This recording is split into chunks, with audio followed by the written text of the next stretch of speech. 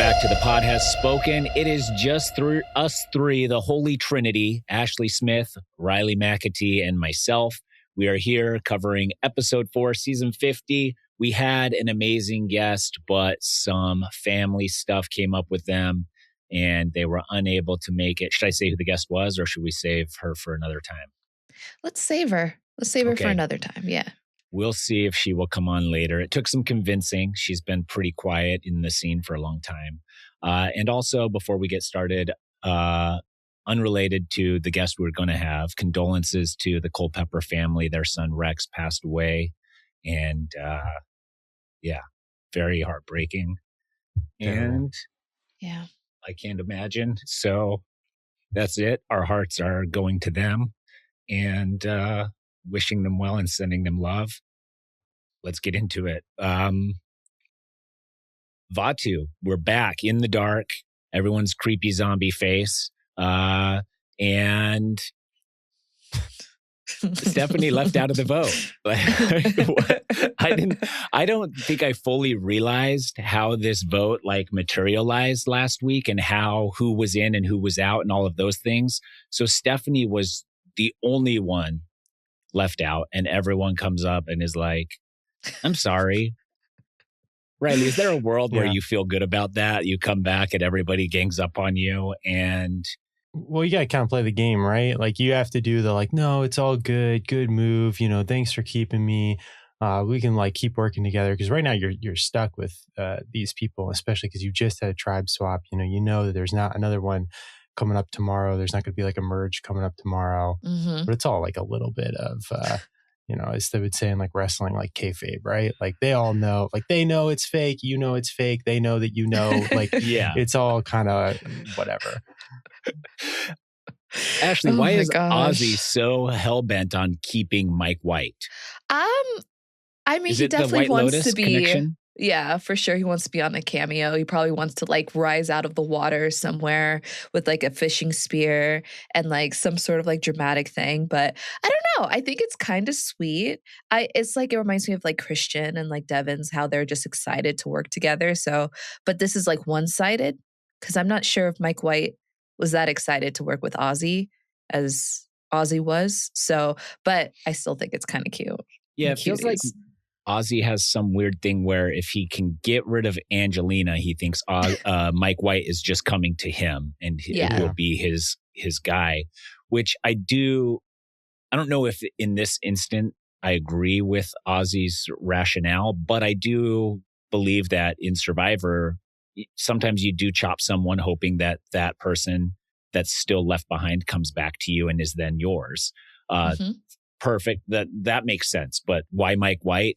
I don't think we see anything with Ozzy and Mike White to give us that is happening. Do you think Mike White would have been upset though? I feel like he says that Angelina is his friend.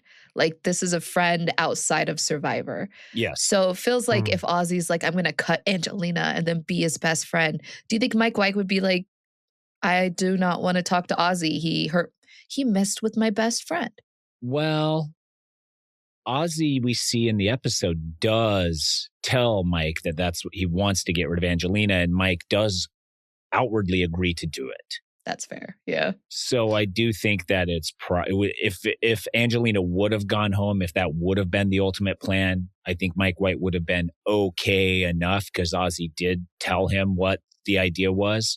But I think, it's always tricky. It's no matter what you do, I'm watching this episode, I'm just thinking of all the times I played. It's just every time I watch an episode, I just have player's remorse and regret and filled with agony over moves I made that I shouldn't have, or things I should have done that I didn't. And I was just every single thing you do in this game gives license to kill to everyone else in this game.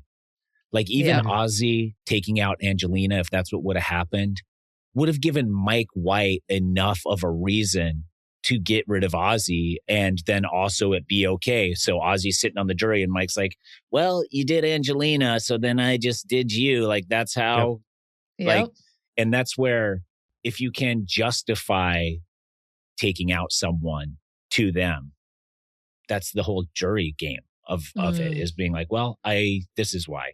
And every little thing can be a reason enough for someone to justify getting rid of you. This is where it's like, if Ozzy were like a much more adept strategist, it's like getting rid of Angelina to get Mike over to you is like not a terrible idea, but you have to do it in a way where the blood's not totally on your hands. And so then going to Mike and like announcing, oh yeah, no, hey, my plan is to vote Angelina. Well, that's like, you're like holding the knife at that point. And so it's like, I don't know if that's really going to bring him that much closer to you.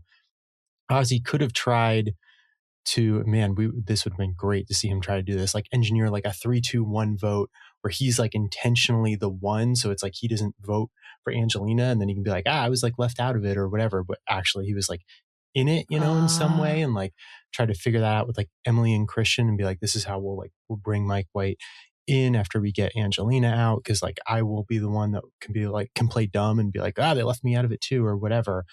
But that's like too many steps, I think, tricky for most players. Yeah, for so like tricky. Almost anything. That is such a delicate plan. Because you have to trust everybody fully. Because one person out is not, then it doesn't work. Totally. So yeah, that's very, very tricky. Is this where did Mike also make a strategic error? Because like we get Christian saying, Ozzy's gunning for his White Lotus cameo, so he doesn't want to get out Mike, whatever. Should Mike have not given the White Lotus cameos to like Christian and Angelina, but especially Christian? Like, would Christian have been like, I got to keep Mike because I still haven't had my White Lotus cameo and I want to have one.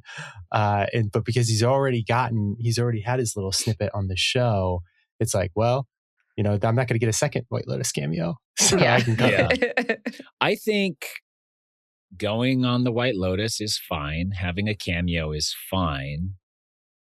I don't think it's life-changing in any capacity or anything like that. So I don't really...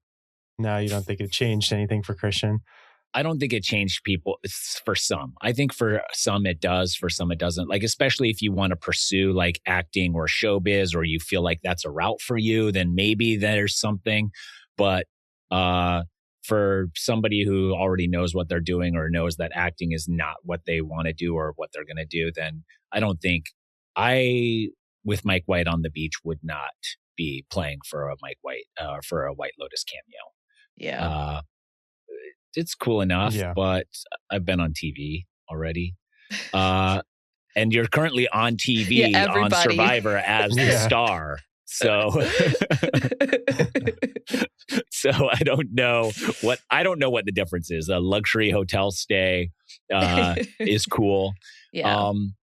I do at the end of this little night montage, like the little break of the fourth wall with Ozzy smiling at the camera, like his plan is coming together. He's just kind of like, look at how good I am. Just not an episode or two after claiming how bad he was socially after watching Cereman. Yep. He's back on his high horse. Yeah, he's got Cere's no longer on the same beach as him. And so he's like, I'm back on top. I'm back on top, baby. Social king over here. Our social king, Ozzy. Talent show time. Did we need this? Oh, boy. Oh, Riley's. This is the type of stuff that would, like, if I were on the beach, I'm like, I don't do talent show stuff. Yeah. I'm trying to rack my brain. Like, what would I even do that doesn't look stupid to the audience? I can't even think of something that would be pleasing enough to the people to the girls watching, because they were the judges, and not so embarrassing for everyone to watch on Survivor. And I could not come up with something that I would be proud to exhibit as a talent for myself. And I guess what we got from this was that Charlie still has it out for Rizzo, and Rizzo is, in his words, his mortal enemy. Yep. Yeah. What? I think that's the first time anyone's ever said that about Rizzo. Like, in their lives, Rizzo is labeled as a mortal enemy. Yeah. Yeah. It's you should pick like better enemies, ones that make you look a little more, Rizzo, intimidating. The Mickey Mouse voice is my mortal enemy. That's who he's picking a fight with, which is hilarious that he's still like so bent on it. He can't stop thinking about it. Yeah.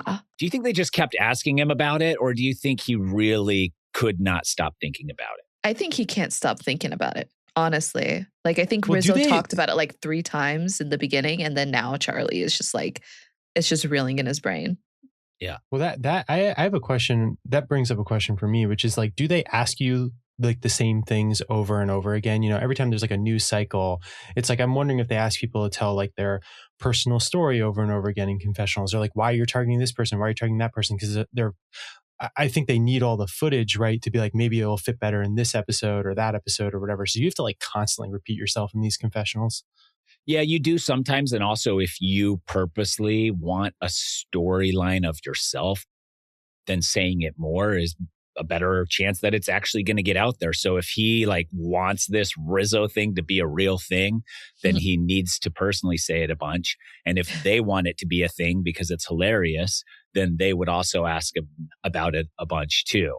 So they'd probably just be like, how does it feel to lose to Rizzo in the talent show? And, my mortal enemy. He did a Mickey Mouse voice. I thought Charlie was going to get a medevac a second there when Jonathan did the like spine crusher on him. Jonathan just accidentally kills Charlie in a fake fight. It was close. It was touch and go there for a second. Oh my God. But yeah, we got that. So I don't know what else we got from that. Just, I think more of the Charlie versus Rizzo build up. So hopefully that becomes something. I'm excited to hear from Charlie after the season too, once he's able to watch back 49 and see like, you know, it just feels like this is like a huge misunderstanding about the dynamics of 49. And it's really not a Charlie Maria situation at all. And he's just taking it totally the wrong way. And it's one of the reasons why I think they cast these 49 players, is because it creates some interesting dynamics where it's like, oh, there's some information that's unknown instead of everybody knowing everything about everybody. You now have this tension between Charlie and Rizzo that I think if Charlie had seen 49 just wouldn't exist at all. Yeah. Right. Let's go to Cowlow, where Genevieve's braiding Coach's hair. Lucky her. Tyson, you had your hair braided? You got girls. You must have, right? I have had my hair braided. I had my hair braided on Survivor. Oh, yeah. Huh. And I had it braided on the challenge, too, I think. French braid. Wow. Yeah, I had a French braid, yeah. Huh. 2 French braids. I don't think I've ever had my hair in a braid. It's not long enough. You need longer hair. Yeah. Grow it out. Grow it out. I haven't had long hair since like middle school, so... And those Dude, now's the time. Time for a change, yeah. Now is the time, Riley. Aubrey looking for idol. She realizes she's on the bottom. She already has an idol, but she wants another one. So she is searching. Mm-hmm. Is it wise of Genevieve to go out there and just like call her name like she's calling for supper, like dinging the bell, like, Aubrey, everyone's looking for you. I thought the like, oh, well, I was really afraid you weren't feeling well was like pretty inartfully done. Yes. Like, yeah, sure you were. Yeah. It was, I think Genevieve's going to get caught out here. I think she's doing too much now to keep Aubrey on the outs. She's trying so hard to get Aubrey. It's not going to work. I just think it's just like, Aubrey's not out for Genevieve that we're seeing. But Genevieve, she doesn't feel good about her, but Genevieve definitely needs Aubrey out immediately. Mm-hmm. And so I think like, that's fine, but it's so obvious. It has to be so obvious to Aubrey. Like, Aubrey, where are you? Oh, there you are. Everyone was looking for you. Everyone was. Everyone's wondering where you went. She's like, I just wanted some time alone. Mm-hmm. And then Genevieve ends up finding the boomerang idol, which she gives to Rizzo. Do you like this play? Giving it to Rizzo now? This is her second one she found. She finds it immediately. It seemed like she was standing there thinking about finding an idol and then found an idol. She's the new idol hunter, I think. We should officially give her that crown for the season. She's the boomerang finder. She's going to get matching tattoos with Billie Eilish. Yeah, they're best friends. Yeah. So. And we had actually a listener send us a Bill Eilish. They found a Bill Eilish. We found a Bill Eilish. And if the middle name is either starts with an E, that could be a Bill E. Eilish, or he could just go by Billie Eilish. So we got that sent to us. So we are uncertain if it is actually the pop star Billie Eilish or Bill Eilish from LinkedIn. They got it. Like this is becoming a really weird situation, right? Because there was something, man, let me pull it up, that came out this week where Probst was talking about how they came up with the idea for this idol and everything. And it was like, they just sent Billie Eilish's team. Here we go. I've got it. He said, we sent her a couple of ideas and she decided which one she liked. She said, I like the boomerang. Then we kind of wrote out the clue and she approved that as well. That's it. That's the Billie Eilish involvement in the season. It's becomes the Billie Eilish idol. She hasn't Instagrammed about it, like no social posts. We haven't obviously gotten a clip of her on the show. It's like, at what point are we going to get something to make this the actual Billie Eilish idol as opposed to just having her name kind of stamped on it? Like it becomes almost like weirdly embarrassing for Survivor if they just get nothing from Billie Eilish other than like we get to say this was the Billie Eilish boomerang idol. Like maybe she'll show up on the island. Post? Maybe she'll be at the finale. Who knows?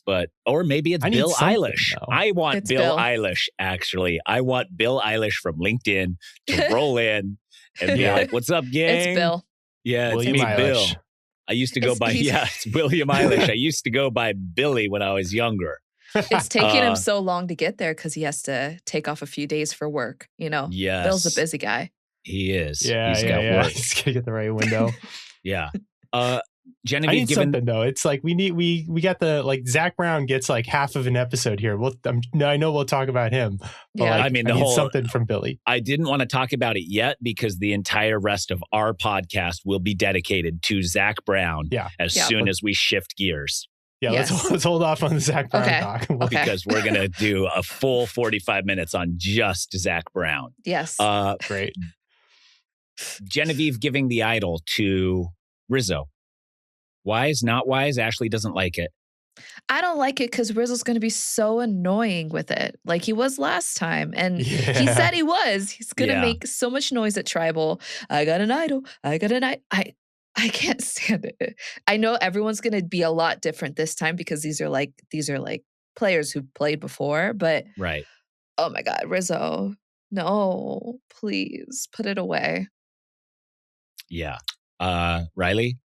I actually kind of like it because I feel like he has been on the bottom of kind of every tribe he's been on. He's an obvious boot because he's an unknown. So I think there's a high degree of likelihood that it bounces back to Genevieve.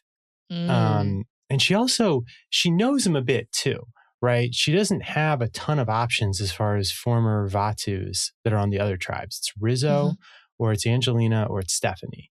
And I don't think that she was going to send it to somebody that she hadn't been on a tribe with yet. I mean, I don't know what her relationships are like outside the game. It feels like Genevieve wasn't a massive pre-gamer, isn't like super, super embedded in like that broader Survivor community where you see all these people going to events and stuff. I don't think she's like as active in all of that. So I think it's somewhat limited to former Vatus. And it was like, those are the three options. And so Rizzo's a good combination, I think, of like, maybe she knows him and can work with him a little bit. And also he's likely to go home anyways. So she might get that idol coming back. Yeah. And that's what she said. She's thinking he's going to get voted out or she'll target him because he trusts her. So she's like, I'll just blindside him and get my idol back. Man. Yeah, she's sets her up well if they were to both make the merge or another tribe swap or something where she's like, oh, I can give up this former Vatu, as a sign of trust to whoever else that she's playing with, right? Like, let's go after Rizzo, to show you I'm with you. And then it's like she has this massive benefit coming if that happens. Right. I would have loved I don't know. She gave the last one to who has her first one? Ozzy. Ozzy has her first one. and she shared that information. This time she tells no one, which I do like. I do like not telling anyone. I'm just thinking, could she have just sent another one to Ozzy? Is that a play? Like, what is it? How does she get voted? Because then only one person has to get voted out, and she has 2 idols. True. Oh, true. That'd be wild. That is interesting. Yeah. Yeah. I wonder if there's like a rule against it, sending it to like the same person over and over again. I mean, it's not Billy didn't say. Bill Eilish called from. We gotta call Bill. Yeah, we gotta call Bill and see what the rules are. What do you think? Could she send them both to Ozzy or no? Yeah, I think send it to the same person, and then you target one person, get 2 idols. Yeah, I do like that idea as well. Yeah, that's where we should go with this, and it would be hilarious because then Genevieve would be so hell bent on getting rid of Ozzy. Not that it has to be Ozzy. Like maybe she should have given both of them to somebody else, but whoever it is, it's just like now you're really fighting. If I knew someone had 2 idols that would go to me if I could get them out, I would stop at nothing to get that person out. Done. And you're the last person I would imagine that they would suspect. It's like a lot of people know about Ozzy's idol that bounces back to Genevieve, but even if Ozzy tells people, oh, I got a second idol, he doesn't know who it came from. You're not telling anybody that it was you. Yeah. You know, people will be like, where did Ozzy's other idol go? They're never going to think it's you. So once you play the one, you know, they're like, okay, there was the one boomerang idol, but where'd that other boomerang go? Right. That's not bad. I don't know. Writing a better episode. No, I mean, these guys are all on the fly and they have to make quick decisions. And if I were given hours to make decisions every time on Survivor, it would be much different. But you're not. Yeah. And I wonder how quickly they have to make that decision. I guess we haven't spoken to anybody who. I think you probably have till the end of the day or something like that. Probably till somebody goes to tribal count, something. You have something, probably an amount of window. I know when I got the peanut butter and I had to make a decision on what I was going to do with my fire token, I had like a certain amount of time to make a decision. So they probably do give a decision. Also, we do have a camera operator from Survivor that chimed in on social media as we were joking about the parameters of the island being so small. And someone was getting a little defensive about actually it being bigger than our exaggerated smallness. And so I wanted to come on here and set the record straight. We said 4. How many is it? It's big. It's way bigger than that. It's it's the size of a football field. You know, it's big. That's still not that big. It's maybe bigger. Like but like you go. And it's hard to measure distance and time and everything in the jungle on Survivor. So who knows? It also depends on what beach you're on. Some beaches are tighter than others just based off of the landmarks and when they bump into something that may be, you know, off limits, whether it's man-made or something like that. So it's always different. The biggest beach in Fiji, which is probably where they'll merge or they historically have merged, is pretty big. I don't even know, like you can see the signs, like you can walk the perimeter and see the signs they're posted that say don't go past them, but it's big. It's big, much bigger than we joked about. And we'll just set the record straight for people here.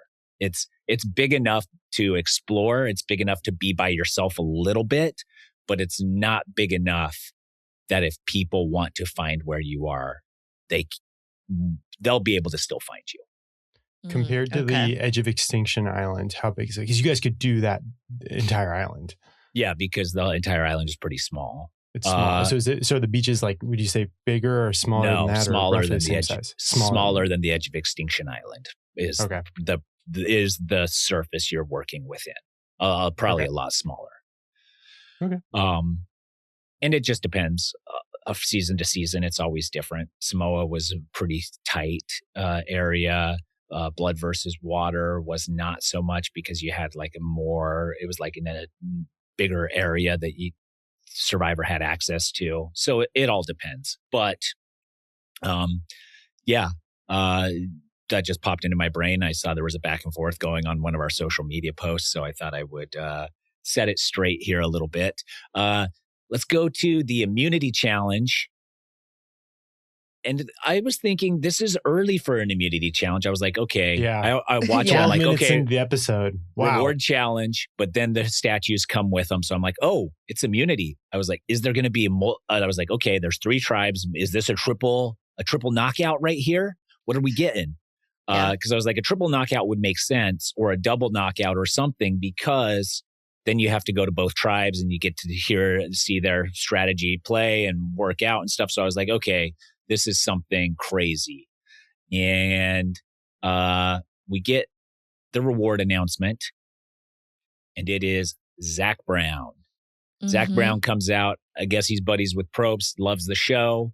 Ashleigh, do you know Zac Brown? I've heard of Mr. Zac Brown, but I didn't know what he looked like. So this was my first time seeing his face. I know one song. Cold Beer on a Friday Night. That's the song. That's the only song I know. And that's the song that I would have been like, I don't know who Zac Brown is. And they'd be like, Cold Beer on a Friday Night. I was like, I know that song. So that's cool. Yeah. I was telling Riley that I learned that song from Glee. So I just am not a true Zac Brown fan. But maybe today. Yeah, D is. Oh my gosh, yeah. Huge. How many people knew who Zac Brown was when he was on the beach? Like the contestants? The contestants. Well, I'll tell you, there was one player who caught my eye doing the just tiniest little golf clap and like looking around, and it was Camilla. If you watch her when they announce him or bring him out, she also didn't have a confessional about how cool he is. Yeah, she did not. Right? No, Camilla had no clue. Yeah, I would have had the same reaction. Same. Are there people you would wig out about? Like if somebody rolled in and was like, "Holy cow! Oh my gosh!" I just think I'm too old for that. I don't know that I ever celebrated people in that way where I would get like starstruck in any capacity. I just like, people are people. Yeah. I lived in LA for 4 or 5 years. And so occasionally, like, common LA thing, you eventually see some celebrities, at like a lunch spot or wherever, at like, you had to go to like the right, really like organic, ritzy grocery stores in the right neighborhood. And you'll occasionally see not like an A-lister, but you'll see a celebrity here or there.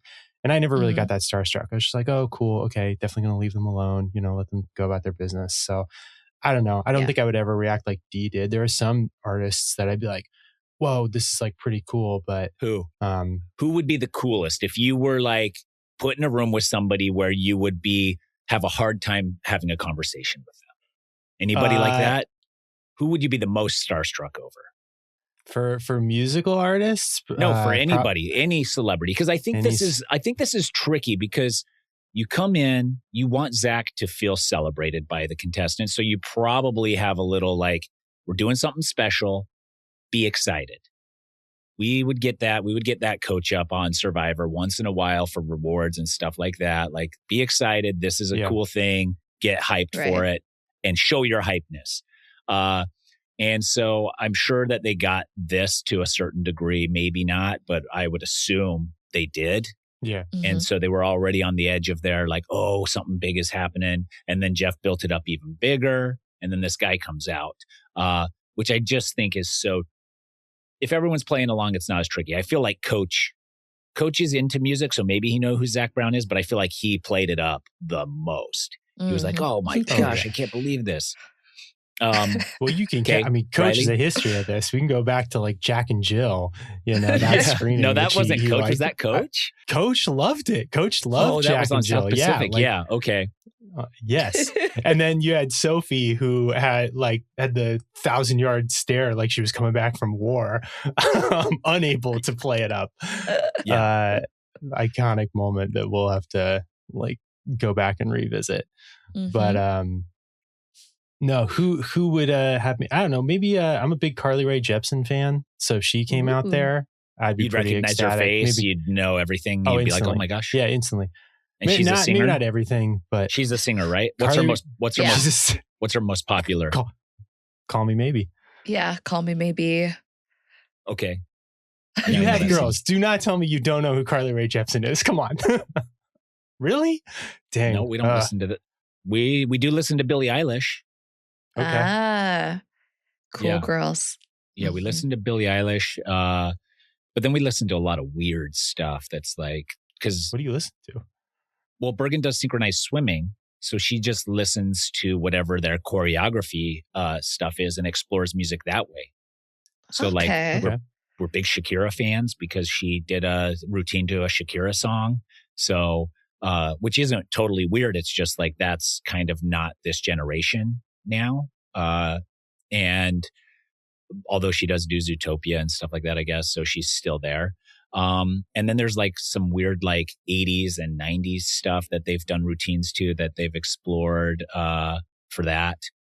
So, okay. So Carly Rae Jepsen for Riley. Ashleigh, you get one celebrity on the island out there that you are going to wig out once in a lifetime experience.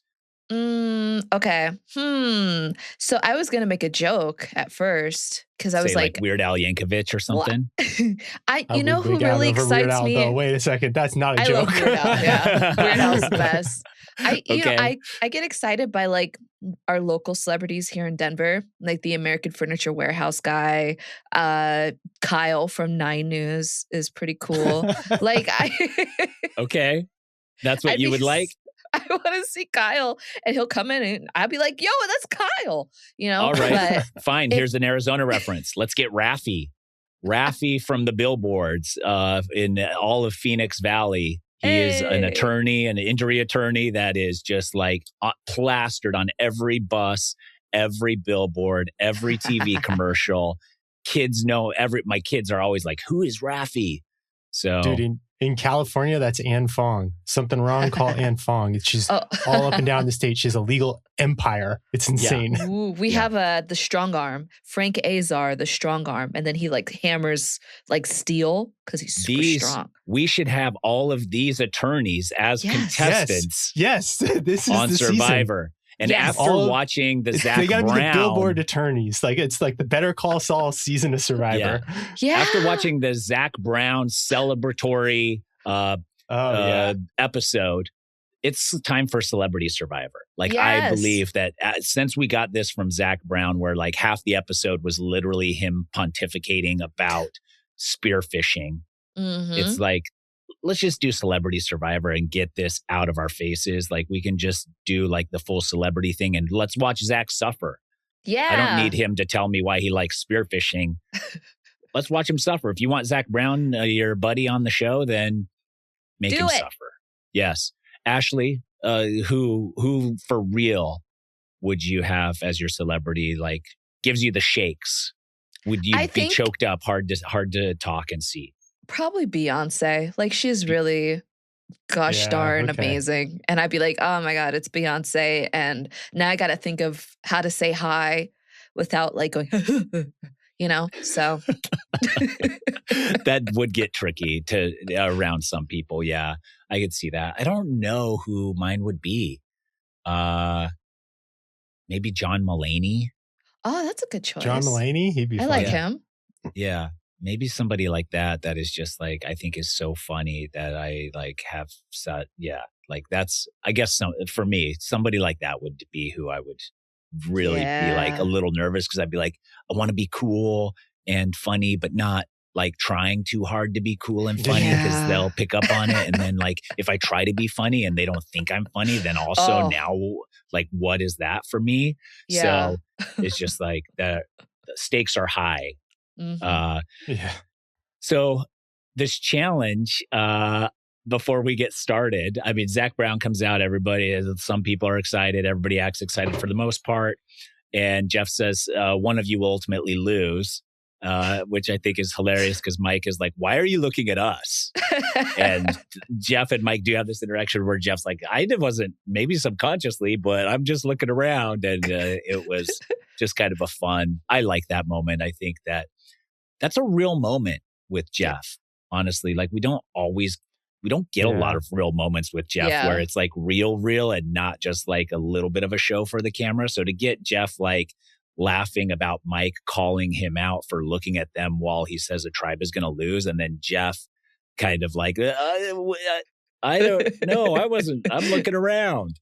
I liked it. I thought, let's have more of that, Jeff. That's the fun off the cuff Jeff that is kind of who we fell in love with 25 years ago. I agree. Vaatu is just miserable. They can't move the boat. Well, before that, what's up with so Ozzy does the little like good luck everybody before the challenge, and it's like is that a normal thing before challenges? And like how do you feel if somebody's like good luck, you just like whatever to the other tribes? Yeah. If you are on that tribe and you feel like it's like a cross tribe alliance build or something, you're annoyed. You're like, no, we are out for blood. Stop wishing luck to the enemies. But sometimes it's like whatever, like impact. Part of it is the delivery. Like if you're like, hey, good luck, that's like too much. You're like, get rid of them. But if you're like, yeah, good luck, guys. That's like whatever. That's in passing. That's not a real good luck. And there is a balance. There's really a balance between with communicating with the other tribes. Like you're ultimately, if you make it far in the game, going to have to see these people and work with these people and have some of these people as your allies. So you have to do some type of communication across the lines if you can. But if you do something too obvious, then your tribe's going to see it and be annoyed. And now you're a target. So it's like, what is the balance? That's also like, again, varies from person to person. Some people take offense to it. Some people don't care at all. Some people read into it. Some people don't. Like, you don't know. So like where the balance is always different. I think a little bit of sportsmanship and humility in winning is for me the balance that I try to strike in those moments. Is like, yeah, you can be like, yeah, good luck. Like, that's fine. If somebody says good luck to me, you can say, you too, whatever. That doesn't matter. But at the end, don't celebrate the win so hard. That I think is the most, the most annoying to people. I like being on a tribe that celebrates super hard. I personally will usually not celebrate hard with them or try not to, but I like to see it because it's funny. Because everybody, the other tribe's devastated. Somebody's going home and somebody's like, oh, I can't believe we won. And that's not the right balance. So Vaatu is just absolutely horrendous. They don't have the muscle. They voted out some muscle last week in Q. And do you think they have a chance if they have Q instead of Angelina? Yeah. I think so. Maybe. Yeah. That boat still was so heavy. They at least get to the puzzle, I think. They at least get there. Yeah, they could. Yep. I mean, they weren't budging that boat. And sometimes like could be a hang up.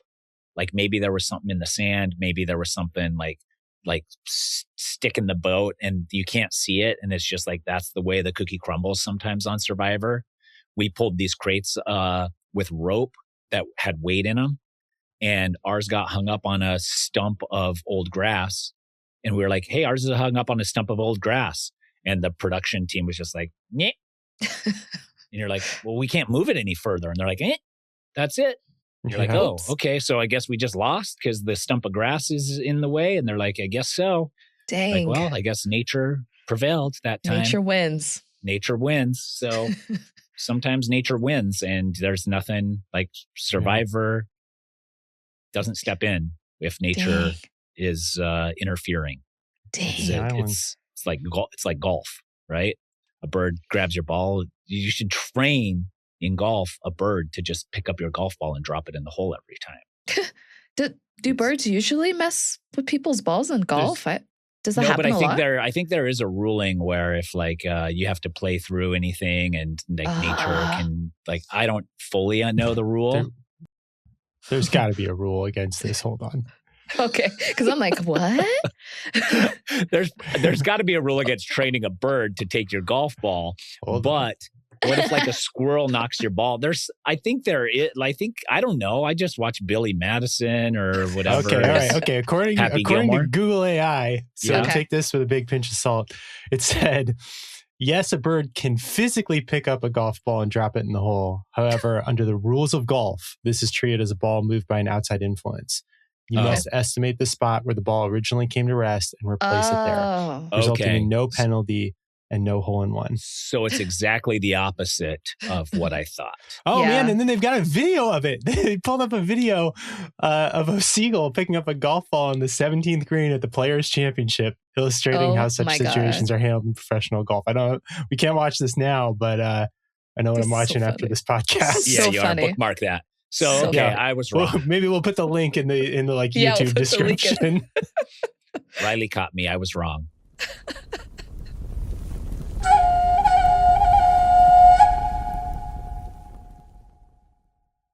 Kahlo wins, and they are so excited to go on this trip with Zac Brown. And Sela wins, but Dee is absolutely devastated. Yeah. Absolutely devastated. Yep. Ashleigh, do you have more thoughts on this? I hate to laugh because I get it, but imagine it was Beyonce. Just, like, so funny. Imagine you're in Dee's position and it was Beyonce. Look, man, I feel bad Ashleigh, for her, but not that bad. Not that bad. Yeah. Like, she's still like a millionaire. Like, she's going to be okay. I like how everyone is phrasing it as a once-in-a-lifetime experience within a once-in-a-lifetime experience. It's like, how far into that can you get? Second once-in-a-lifetime. Second once-in-a-lifetime. This is a once-in-a-lifetime experience on her second once-in-a-lifetime experience. Yes. Yeah. Yes. Yes. So I felt like this was something of like Dee being a winner and having never been voted out, where it was like for hers, the Zac Brown was bigger than the immunity. But I think for people who have filled that sting of getting their torch snuffed, they were like, hey, the real prize is we don't go to tribal council tonight. Yes. I agree. Yes. Also, if you go to the sanctuary and you watch people's faces while he's playing guitar, you don't have to be on TV wondering what face you should make while Zac Brown plays guitar, which I also would be uncomfortable. You gotta hold that smile like the whole time or whatever. Yep. Yeah. Right, just like the wonderment of music. Yeah. Some people teared up. Okay, it feels natural. Joe looked like he teared up. Coach was tearing up a little bit. I feel like Colby got stuck right there at the front, right behind the guitar, just having to like make like a half smile the whole time. And I was like, oh man, I think I'd close my eyes and pretend like I was just like ingesting it through now. Oh, like you're just like, feeling it. Yes. No, I wouldn't bob my head. I'd just lay back like kind of on the ground. Yeah. Like I was almost asleep enjoying the tunes. I hate the idea, like even if it was Beyonce, I hate the idea of making her sing to me in like an intimate setting. It just feels really awkward. Like I didn't like that. I don't like it. Just talk to me. Tell me what's your favorite color. What's Zac Brown's favorite color? I'd rather know that than sit there and listen to him sing a new song that I don't know and then make me sing along with him while he's playing the guitar. It's just weird. Just awkward. Is this the hard launch for his new song? Like, yes. Did he announce it after this? So he waited like a year after this, because this filmed a year ago. I guess I don't know. I thought it was based on, because he says it's a new song. I would assume it's new. It was new then. Did he hold it? Did he keep it in the can until now? That's what I don't know. Wow. I would have assumed so.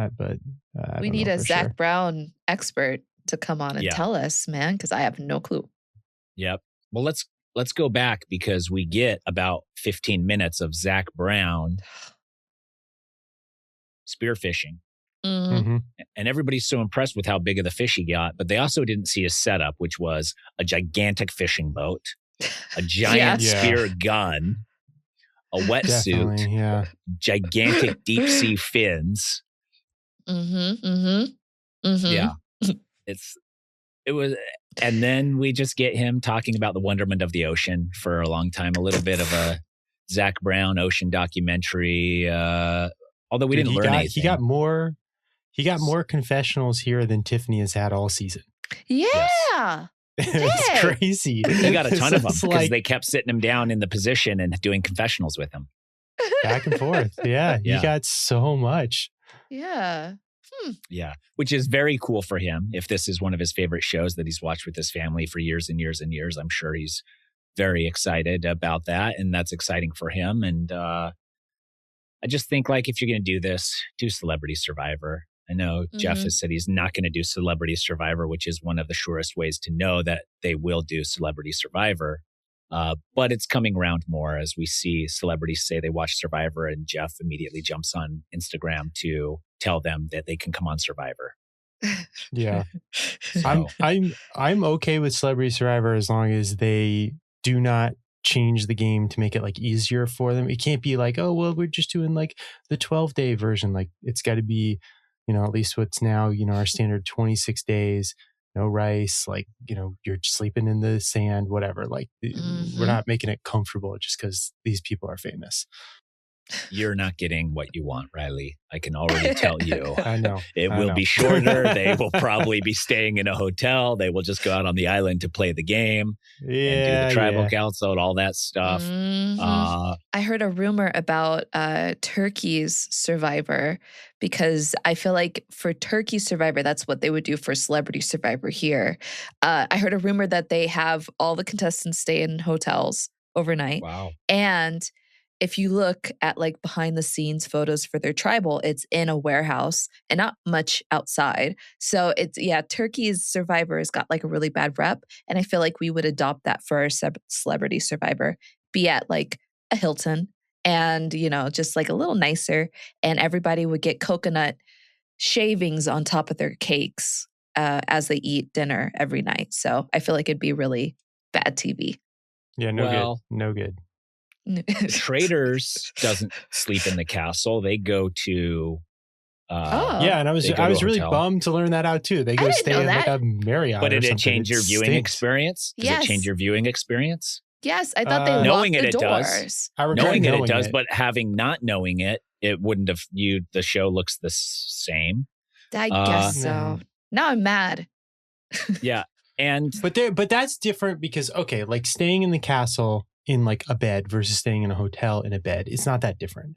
But like sleeping in the sand with like spiders crawling you and stuff versus sleeping in like a hotel, that will actually change, people's mental exhaustion and whatnot, and therefore the strategy and the gameplay and everything. Like that is part of Survivor. Is Tyson, obviously I don't need to explain this to you, but like the exhaustion and the fatigue and the hunger and whatever. No, I don't disagree, but I think that we're not getting that with celebrities. Maybe we will. Maybe they'll sleep, but it won't be 26 days. It'll be shorter. But it will change the viewing experience. That's where I'm like, I need to see them going through it, Yeah. Yeah.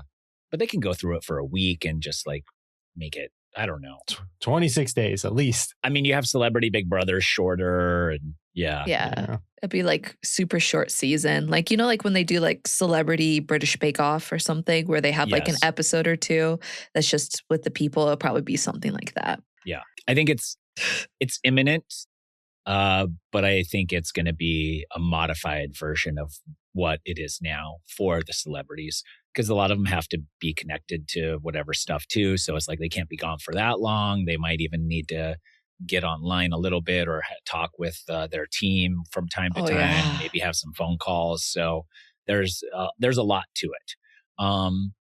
So Dee and Jonathan really, really sad about the Zac Brown thing. Really, I just wanted to point that out one more time before we go to Vaatu, the losing tribe. So sad. Mm-hmm. We have this buildup with Emily is just so crazy to me that she just keeps talking. Yeah. And nobody is like, can we just get rid of her? She is just blowing everything Christian up. doing the like zip lips thing behind Ozzy. Yeah. Oh yes. my goodness, dude. How can you, I'm shocked. Same as you. It's like, at some point, aren't you like, I just can't work with this person. They spill everything to everybody. Yeah. Yes. She can't help herself. She can't help herself. Yeah, she's like giddy to do it too. She's like giggling to herself. She's like, I've got a secret share. And it's like, I'm like, oh my gosh, this is like, sorry, Emily, but like you can't tell a toddler anything because they'll just go tell everyone. Yeah. That's what it's like. It's like she's just like so happy to spill the beans. Yes. Yeah. So we have a little bit of a circle going, and Angelina is the initial target. And where did this all go wrong for Mike? Did it go wrong for Mike last week when he told Stephanie he was going to write her name down? Did it go wrong for him when he tried to protect Angelina? Did it go wrong for him when he kind of tried to strong arm Christian a little bit too much? Like, what was the tipping point for Mike here? Because he initially seemed like he was going to be fine. He was going to be in a pretty good position, and then he wasn't. Yeah. It definitely has to be the Christian thing. I feel like everything was going according to plan until Christian until he started crying about what happened. And I feel like that kind of like gave him a reason to look at Mike White differently and to be like, what's going on here? Are you manipulating me? Like, what's happening? So I just think he just went a little too far there with like, it's almost like less of a Survivor strong arm and almost like a Hollywood strong arm, which is a little different, a little more manipulative and a little more mean. So I think that's what did it. Yeah. I think Mike didn't have the right temperature on Christian's emotions and pushed too hard there. I do believe that is when Christian woke up and said, it's got to be Mike. Yeah. Was it the right move? Was it the right move to take out Mike here for Christian versus Emily, who cannot keep her mouth shut? Yeah. I don't know that it is the right move, because I feel like he could have been like, Christian does this thing where he is saying, oh, I've been working with Emily since the very beginning of this game, all 9 days of it. And that matters to him, but it's like, has that been working well? Like, is this somebody you want to work with for the next, how many days do they have left? I can't do math. 17 days. They don't have 17 days left. They're on day like 10. They have like 16 days. Oh, maybe they're on day 9. Maybe you're right. I don't know. I seem shorter it's either than that. 17 or 16 days, depending on how you count them. That sounded way too long to me when you said 17. I was like, the game's only 26 days. We're already half the season in. Oh, no, never mind. What? Okay. Okay, sorry, I got that wrong. It might actually be 16 only. But I could also be wrong now. I thought it was way more than that. I thought it was way less than that. Okay.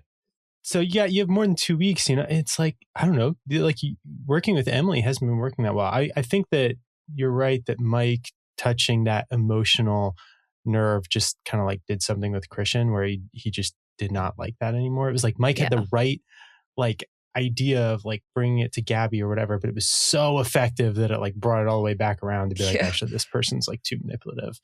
But I still don't really believe it's the right move for Christian, because then he also like alienates Ozzy. We get this thing at the end where Christian's like, oh, I'll catch you up, and Ozzy is like, it's too late. So I feel like he misreads that too. I don't know. I think Christian's kind of in trouble after this vote. Could they have brought Ozzy in? Do you think Ozzy would have been game for it if everyone would have? I mean, they could have forced him to do it, but would have that mattered? Would Ozzy have tried to switch it up, or would he have given Ozzy license to kill anyways? I think he would have tried to switch it up on them. I think he would have talked to Mike White. I think he would have tried something because he really, really wanted to work with him. So I just don't think it would have been his strategy at all. I think they had to leave him out, because I think if Ozzy says, nope, I'm flipping and I'm voting Emily or whatever, to make it 3-3, I don't think Christian can stomach going to rocks for Emily. So then Christian has to flip. Yeah. Maybe Ozzy wouldn't have tried to do the 3-3 thing though either. I don't know. I think I think if you bring him in, it's super messy. So like, I don't know, to make the move work, I think it was the right thing to leave Ozzy out. I just don't think the move is worth leaving him out. And getting all that. Christian, like in the first episode, he was like, let's do a bloodless vote. Let's come back. Let's have something easy or whatever. Well, now he's got blood all over him. Everywhere. Bathing in blood. Yeah. Yep. Yeah. Okay. So ultimately, obviously, Mike White leaves. Who is this good for on that tribe?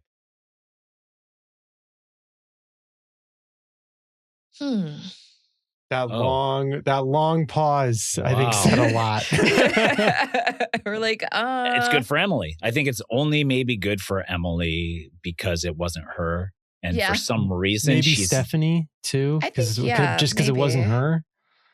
And maybe even Angelina because it wasn't her. Yeah. But it's like, it's got to be bad for Angelina though, right? Like, I mean it because moving forward, who's overall not like. Good. Like, who was this good gameplay by to get Mike out?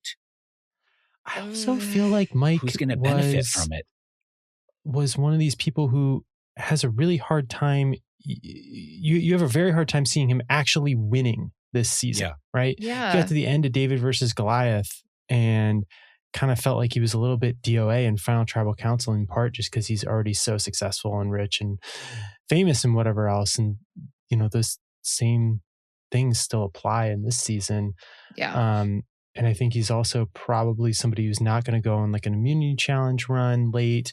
I don't think he's going to be particularly good at making fire. I could be wrong. I mean, you never know. But it just feels like, I'm like, if you're Christian, isn't he like a good shield for you? Like, I don't know. So this idea that he was like the most dangerous person on the island, it's kind of odd to me. And it does feel like this move doesn't benefit a lot of people. Emily for sure does, but everybody else on that island, it feels like it's kind of neutral or bad for them. I don't know that I would have the courage to do this, but if Christian were to go to Mike and say, I understand what you're doing with your manipulative tactic in bringing up Gabby. I don't like it. I don't like the way it made me feel, and I don't like the way it made me feel about our relationship, but I do believe that moving forward with you is my best scenario. Can we do it? Like, does that make Mike more loyal to you? Or does that make him like, I don't know. I just feel like sometimes there's a directness that I don't think I personally could. Maybe now that I'm thinking about it, I could maybe do, but it would also be partly manipulative of Christian to go and say, hey, you were playing with my emotions. I didn't like it. It brought up some stuff and I don't appreciate that. But I also do agree that you and I should move forward together because it's our best and I like you, whatever it is. Yeah. I think it seems like that kind of communication style would be good for this situation and even for the Charlie and Rizzo situation. Yeah. And I feel like because that communication isn't happening, these two votes, if Charlie or Rizzo goes home because of either or, I think it's going to be the same feeling as this, where we're kind of just stuck at was this good gameplay or was this just like, I don't know, just kind of something that shouldn't have happened and they could have used each other as shields. Like, it just feels like there needs to be a different communication style with certain players. But then like you have Aubrey and Genevieve where that kind of communication is what made them not like each other. So that's true. You kind of have to find that balance of it. That is true. I think it works better if it's someone that you already know.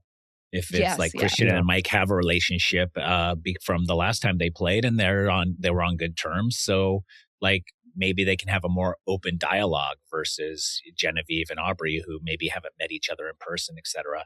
So so that's I just am like looking at this. I'm looking at that tribe. I'm wondering like who strategically benefited from Mike White's exit. And I cannot look at this list and determine anybody other than Emily because she's just chaotic and creating a target on herself. But I wonder if there was also an element like Mike's pitch was, Emily is another Gabby.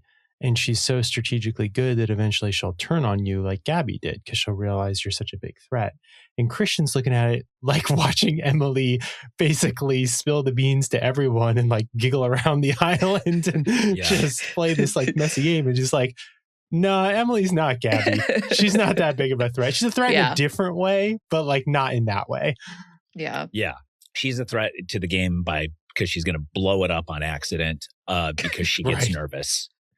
Which you're nervous all the time out there. If you're going to tribal council and you're not planning to play an idol, you're nervous. Like that's just the way it is. And you're nervous until you see the first vote or two. The second you see a vote that you did not expect to be out there, you're nervous. And Mike is probably the same. The second he sees a vote for him, he's like, dang, that's a weird thing. Maybe that's just a weird thing. And then two things. Now he's now he knows he's dead. Let's go to tribal council before we get Mike White's full exit, because I do want to talk about him leaving the game.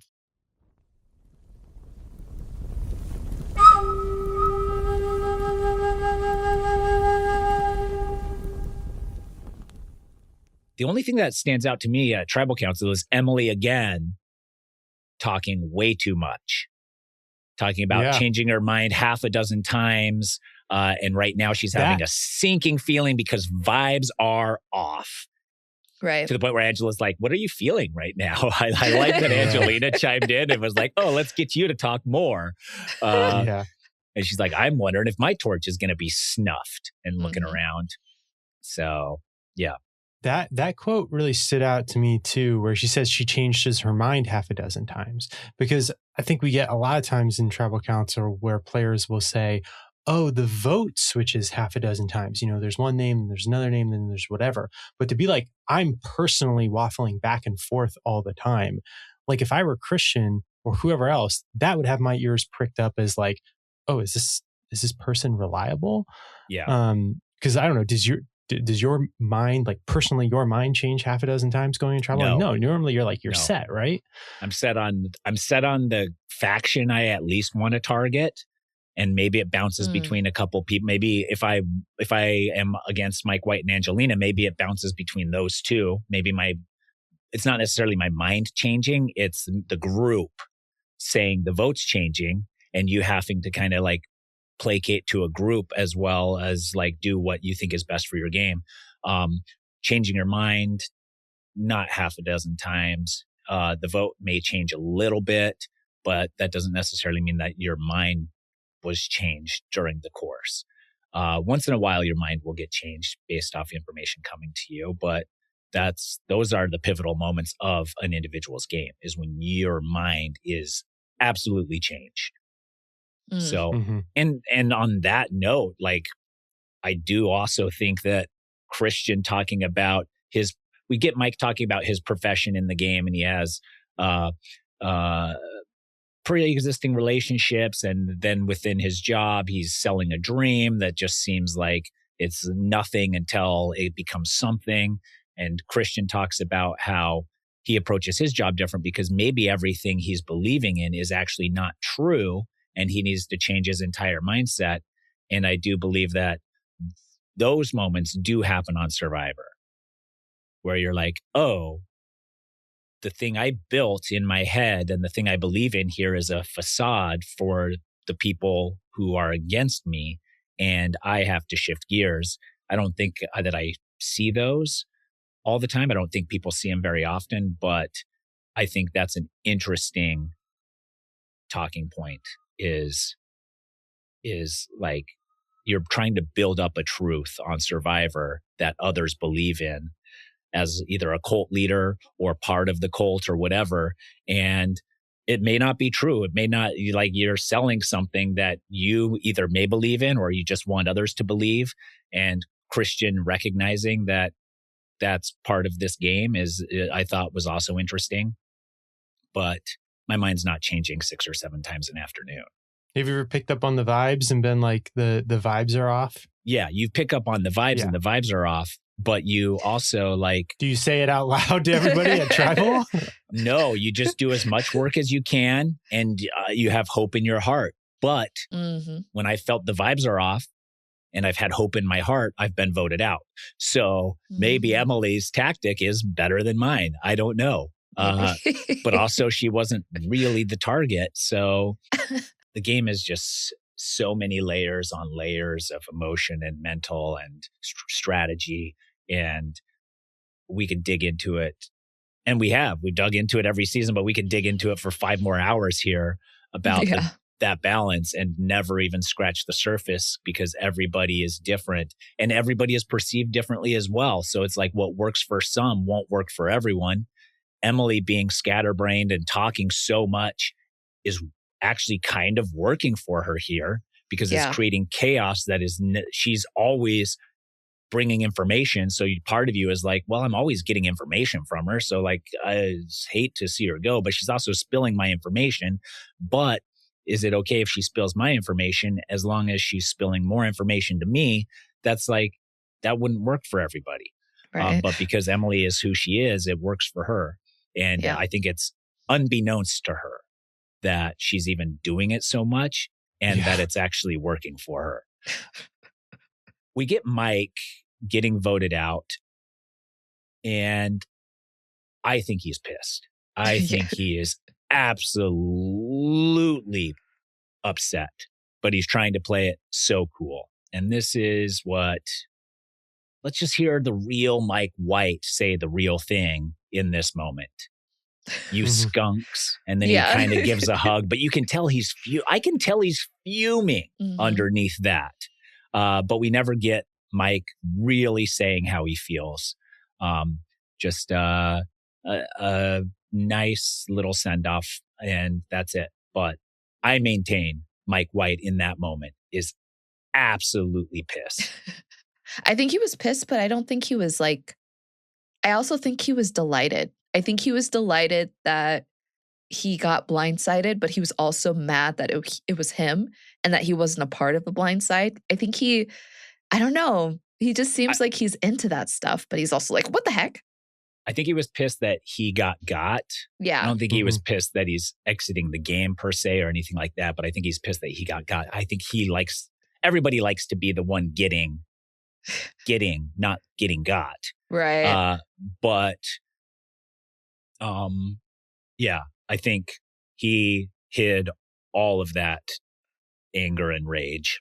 Yeah. But not well enough. I saw it. I can see it. It's got to be tough too, because he's one of the players on this season that has never been voted out, right? Yeah. So that's that. I thought that too. And that stings the most, right? That for the first time you get voted out. Yeah, I don't know for him, he kind of, I think there is a wide understanding that he purposely lost in final tribal council at David versus Goliath, realizing that he already had a very nice life, comfortable life, and that I do think there was something like that. And that he could give the win and the $1 million to this public defender who immediately went on to become a prosecutor and whatever all else from there on. Yes. Yes. Too bad. So, and I think he did also later say he regretted doing that. Mike White did. But we'll look for it. Yeah. So I do think that there is that initial sting for sure. And until you are on the losing end of that, you don't fully understand what it feels like. You think you do, but like getting got by a group of people that promised you would be okay is a feeling that not a lot of people get to feel. And I wouldn't wish that feeling upon people, but it's part of going on Survivor. Like you go on Survivor, everyone thinks it's a life-changing experience. Yes, it is. It can be. But I don't think that most people are prepared for that. Everyone promising you're going to be okay and then not be okay. Yeah. Like there's you can't sugarcoat that. You can't. Especially someone like Christian, someone that you've known now for 7 years. Yes. You know? Yeah. Somebody you trust. And even if it's only 2 weeks, there's people you trust that you've given your trust to, that you've maybe helped navigate the game with that all of a sudden are like, see ya. And you're just like, I don't understand. Like, why, what, how, why me in that moment? That doesn't make sense. That doesn't make sense for your game even. And everybody also, and I'm guilty of it as well on the exit. I'm like, that's bad for so-and-so's game and so-and-so's game and so-and-so's game. And they're too stupid to even see that it's bad for their game. But like now, like, like everybody, like there's just so much to it. Yeah, because is there kind of like, I've wondered if there is like, have you seen like Interstellar where they go to that one planet and like time moves faster or whatever? If there's something like that happens on the island just because you spend such an unbelievable amount of time with people, you know, it's like, oh, you've only known this person so tighter. Yeah. Like you've only known someone for 9 days or whatever. It's like, yeah, but that's 9 days of like 24/7 contact with that person and only a few other people versus like, I think about like my best friend. It's like, what would I have to do to spend what is the equivalent of like 9 days of Survivor? Like with that, that's like years of us hanging out on like weekends and stuff. Yeah. So you bond just like unbelievably quickly and tightly. Yes. Yeah. I mean, hundreds, if not 1,000 hours with people, you know, it's crazy. Like it's so much. Like, okay, 4 days, that's 100 hours right there. Like you go out with your friends on the weekend, 2 hours a weekend. Not enough. So that's, you're right. You're like, you know, years of weekends of going out with your friends. Yes. And so you do really connect with these people, and like they've shown you up to the point where you get voted out. A lot of them have showed you loyalty. So you're also like, oh, I can start relying in this person. They've shown me loyalty. I've got 6 years of weekend hangouts already under our belt in 4 days. How can I not assume that they have my best interest at heart? And they don't. And you can't.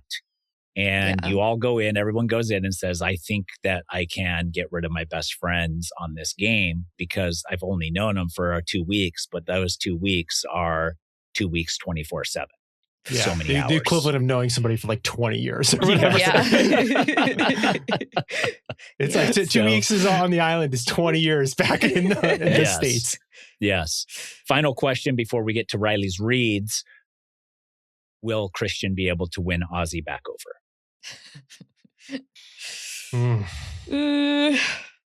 I don't think so. I kind of don't think so. I don't think so. He's pissed.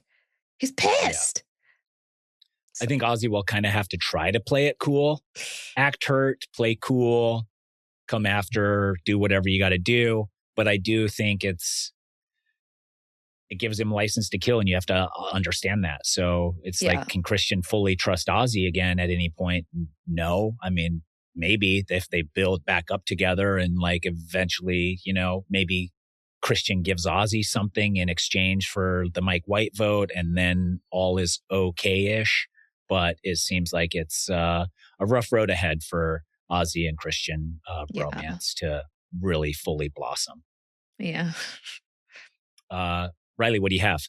Okay, let's go through the reads. Who advanced their game the most on this episode?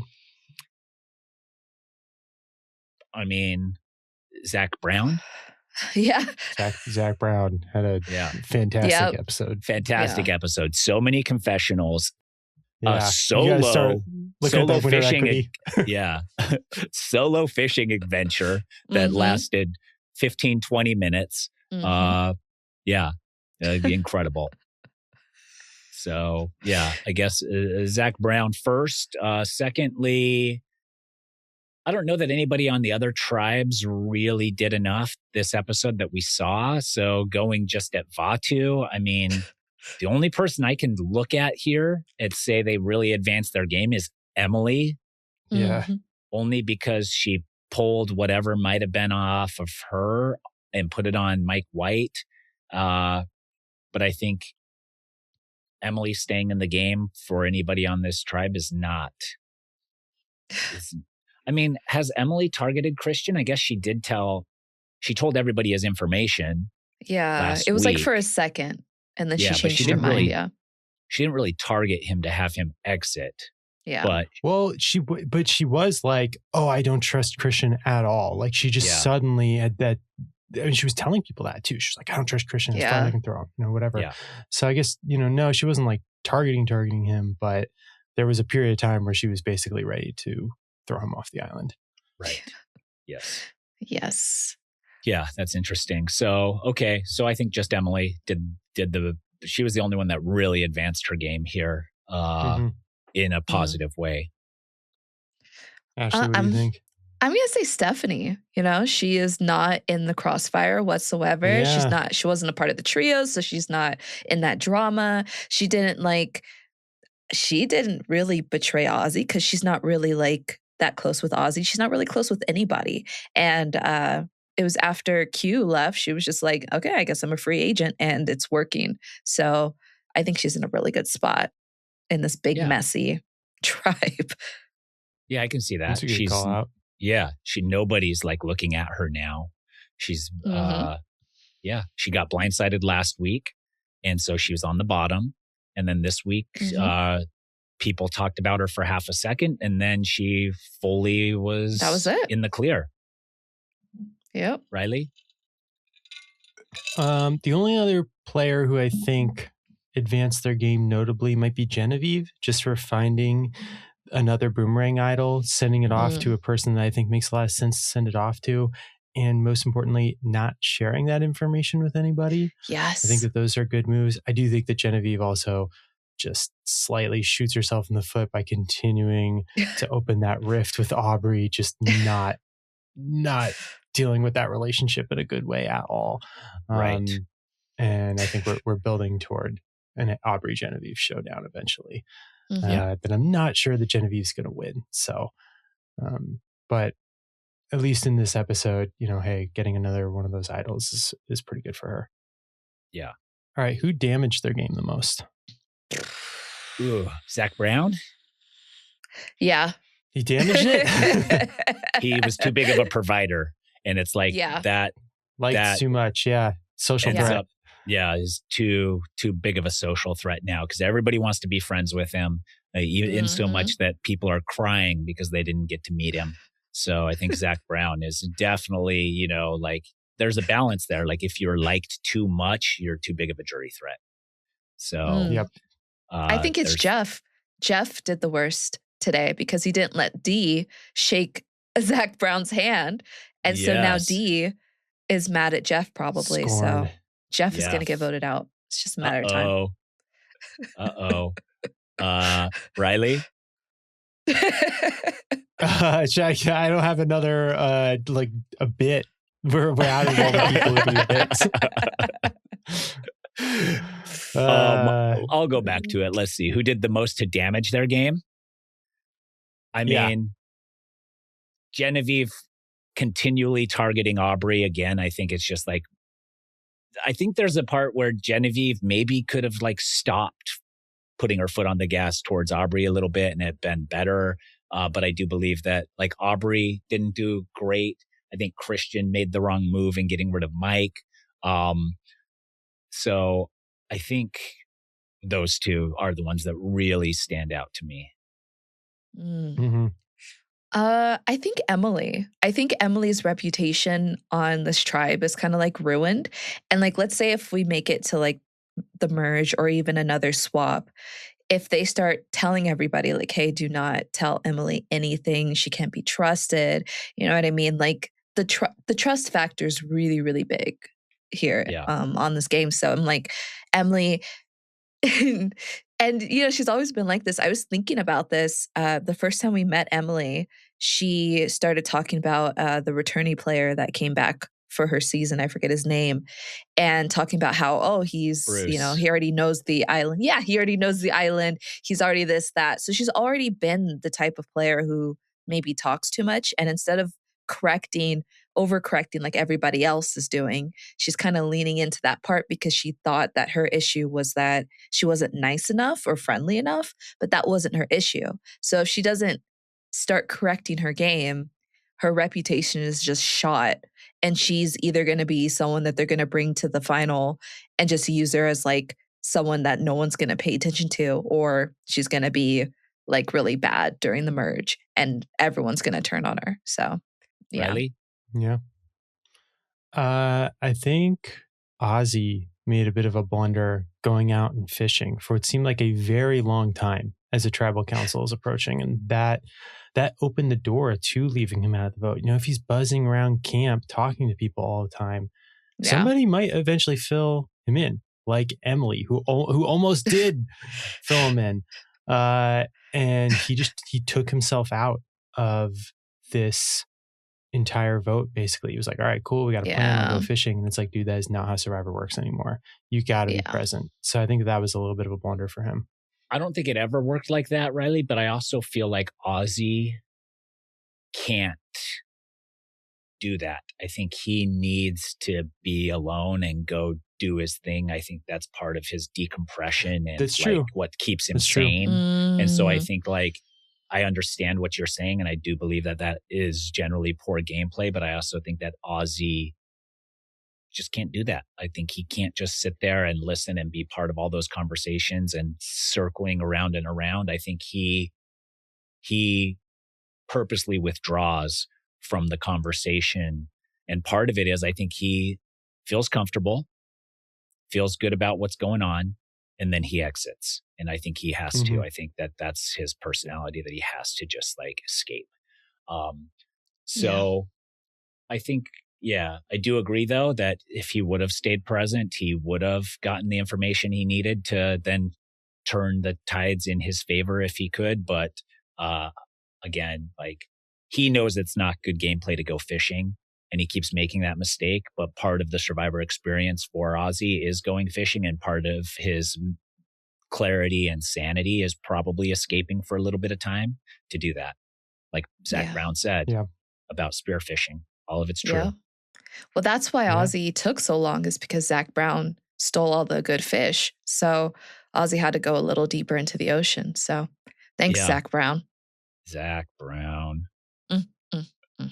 What else we got? All right, let's do winner picks. Ooh, winner picks. Winner picks. Nobody from Vatu. Vatu's getting decimated. Okay. I'm looking at Vatu. I don't see. Because you had Christian. I had Christian. I think he damaged. I think he should have kept Mike. I think that moving forward with Emily is going to be dangerous for him. And because you have to keep her fully on your side. The second he withholds information from her that he gives to somebody else that then comes back to Emily, he's done. She's going to take that as a full act of aggression. Yes. So I don't think that can be. Man, it's Tiffany. I mean, again, Tiffany, she's just like so under the radar. Nobody's pushed anything on her. She's just there hanging out. Which of her like 2 confessionals this season has been your favorite? The thing is, I mean, she's helping Aubrey. So I think if Aubrey wins out this Genevieve-Aubrey battle, then Tiffany's in a great spot. If Aubrey ends up going home, maybe she's not in as good a spot, but also do people know that Tiffany is feeding Aubrey information? Like, we don't have anything on her. Of course not. They don't know that she's in the game. Yeah. And is that good or bad for her? Like, I don't know. Good. We've seen winners with quiet pre-merges. So she's not out of it. She needs to come alive though, because she needs to start steering but she also hasn't been to tribal council that much. So it's like, hasn't been at all. Yeah. So what are we seeing from her? So I don't know. I just feel like we're looking at people, we're seeing people move, we're seeing people make moves, we're seeing people watch other people make moves. Nobody's seeing Tiffany. Okay. Well, I'm seeing Tiffany, and I've seen her from the beginning, and she's gonna win. I don't know how or what her strategy is, but I know that she's gonna win. Okay. We can't wait to find out what her strategy is as soon as we hear from her. I can't even make up something either. I'm trying to think. I don't know. Why are we not hearing from her? Is it not driving the story? Is she not giving good confessionals? I think she's just a normal girl. We need time for Zac Brown. We need time for Jeff's rapping. Yes. We need time for the talent show. The talent show. Yes. We need time for the bowel movements. There's a lot that we got to fit in. Yes. So sorry, Tiffany. No time for Tiffany. Sorry. I mean, Tiffany. Is there a world where Cirie wins this? Of course there is.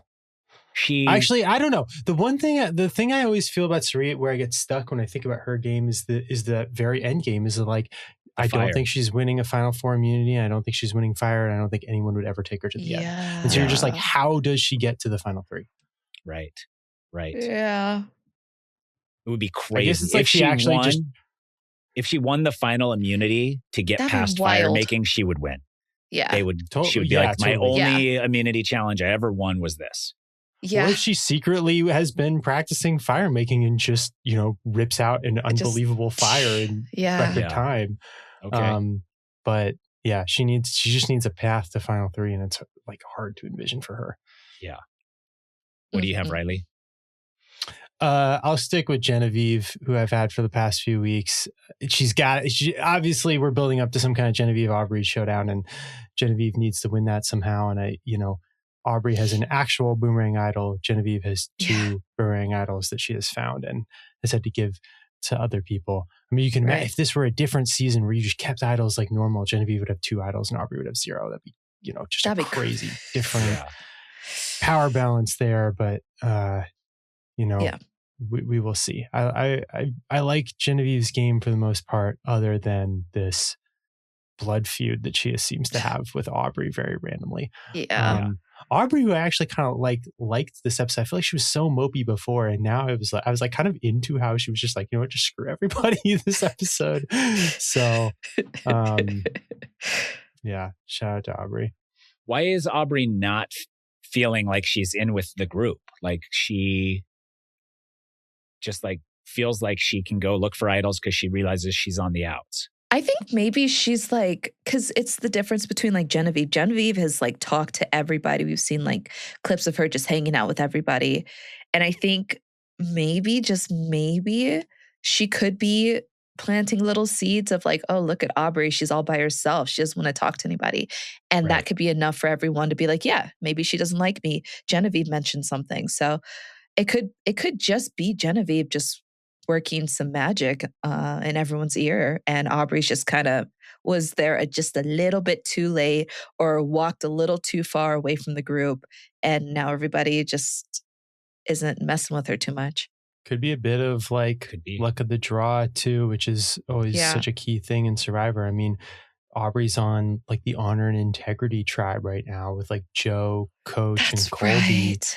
Yeah. And I don't think Aubrey is clicking with those people. So I think Aubrey and Genevieve in some ways, they're like two alike. It's like opposites attract. Well, like the same, they just like kind of butt heads a little bit. Yes. So she's just in like a weirdly tough spot where it's like, it's hard to look at the Kahlo tribe right now and be like, yeah, who would Aubrey click with? She clicks with Tiffany, but like who else? There's kind of nobody else. Right. All right, let's do next boot. And we saw on the next time on that it is 2 tribes going to tribal council next week. So let's pick 2 tribes. So 2 boots. I think Vaatu is going again. I don't see where they win, which means they'd have to take first out of 3. So we've got Vaatu going again. And I am going to say Ozzy. I'm going to say Ozzy from Vaatu. I think he's going to come back angry, and maybe people will just be like, okay, it's irreparable. Let's take Ozzy out. And then, let's see, between Sela and Kahlo, let's go with Sela. And Charlie. Let's go with, I think Charlie's going to push too hard at Rizzo on Sela. Charlie and Ozzy. Okay. So Vaatu's going to go back because they don't have any muscle anymore, except for poor Ozzy, who That's so much to do for him. But I think I'm going to say Emily. If they can pin all of the confusion and be like, Ozzy, we were going to tell you, but Emily, and just like kind of pin it on her. And then if she freaks out and then starts spilling more secrets or anything to other people, then maybe it could possibly land on her. And then I was going to say Sela as well, but I don't think Rizzo's going to play his idol while he's against Charlie. I don't think Rizzo's ever going to play an idol. I think that they're going to see through Rizzo's bluff with the idol and then still vote for him. And he's going to get voted out. So Rizzo and Emily. Yeah. I also think Vatu's going to tribal council. Hard to see how they would get first place in a challenge. But I think it'll be Christian going home. I think Ozzy's upset at him. I think Angelina's upset at him. Yeah, and she was left out. If those two say, hey, we want to get Christian, they just got to pull either Emily or Stephanie. And I think one or both of them could be game. And maybe it's both of them, and it's like you kind of get a bit of a bloodless vote. And I normally wouldn't say that Emily would be game, except that Emily is Emily. Yeah, she might be. No, normally the player in that position is probably going to feel some loyalty to Christian. Emily, who the heck knows? Yeah. And then I don't know who goes to tribal out of these other two, Sela or Kahlo. I guess I will say also that Sela goes, because I don't want to say that Kahlo goes and then like Genevieve gets idled out when Genevieve's my winner pick. That feels that's what you think it would happen if they go to tribal? Yeah, kind of. And it feels kind of inconsistent with my winner pick to also say that Genevieve goes home. I think she's going to have a hard time winning if she goes home. So I guess I'll say that Sela goes to tribal council. And I think, you know what? I think I agree with you, Ashleigh. I think it'll be Rizzo goes home. And then actually that sets up a nice little Genevieve will get that boomerang back. And then hopefully we get Kahlo going to tribal council with Aubrey and Genevieve both having idols. Idol. Playing an idol. Mm-hmm. Both playing them. Yeah. Mm-hmm. And then Suri goes home somehow, even though she's on a different tribe. And doesn't have any votes against her. Yeah. Okay. I like your Christian pick, actually. It makes a lot of sense to me after I hear that. So thank you all for tuning in to The Pod Has Spoken. Let us know what you think, all of your ideas, how we were wrong or where we went right. We will be back tomorrow with Exit Press. Until then, see ya.